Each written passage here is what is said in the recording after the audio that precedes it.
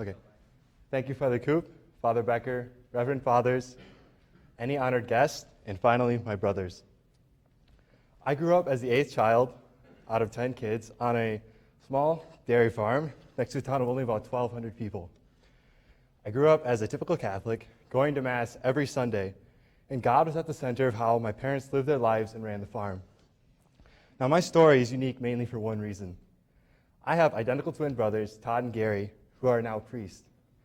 They left for the seminary when I was in 6th grade. Now, I would like to think that this was when my vocation story started, but I would be lying.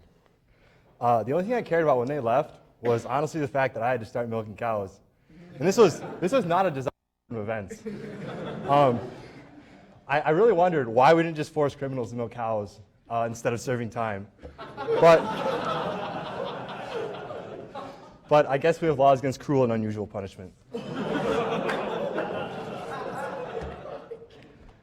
My story really begins when I was in 7th grade, and my mom pulled me aside, as she'd done for all my siblings at some point, and told me that if I wanted to pursue a vocation to the priesthood, that they would support me, and that they could even see me doing it. And so for the first time, I actually began to think that the priest could be something I could be called to. I began to pray every night, asking God if He wanted me to become a priest. And slowly but surely, my desire for the priesthood grew. Fast forward to my freshman year of high school. At this point, I began to go to a holy hour for vocations once a week. Most of the time, it was really simply an hour where I tried not to fall asleep.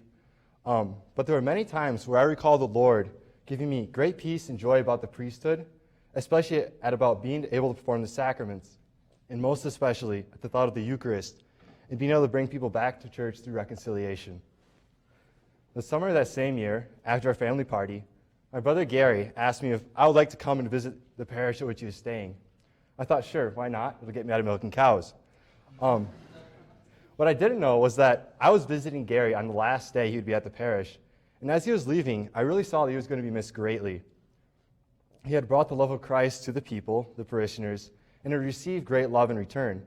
So in that moment of sorrow at his leaving, I saw both the necessity and the power of the priesthood in someone who wasn't even ordained yet.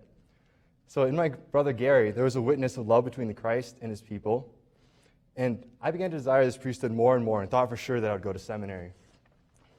So I decided to apply for seminary in my senior year of high school.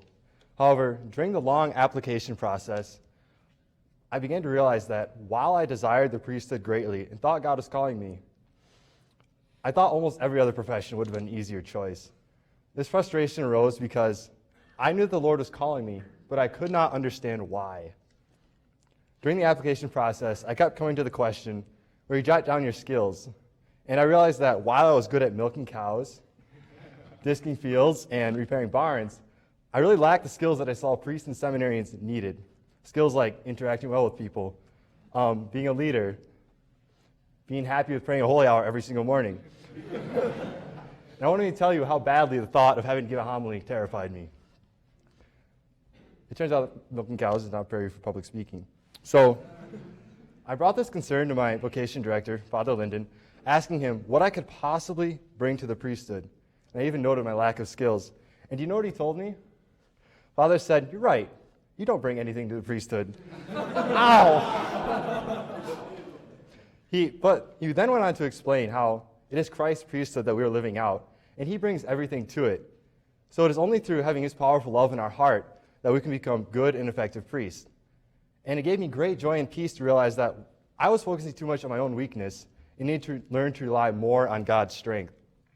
Brothers, this revelation has guided me on my journey to this day. My time in seminary has definitely had its difficult moments. Honestly, the first semester at SJV was filled with spiritual desolation. And at the end of the semester, I wished so badly that the Lord had never called me here. Only the memory of how strongly the Lord created a desire in my heart for the priesthood kept me here.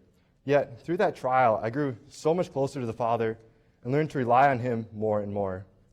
I experienced and am experiencing His incredible grace in my life. So, only by forcing myself to rely on God's power have I begun to be healed and strengthened for the priesthood. And I give thanks that the Lord continues to grant me those skills that I lacked.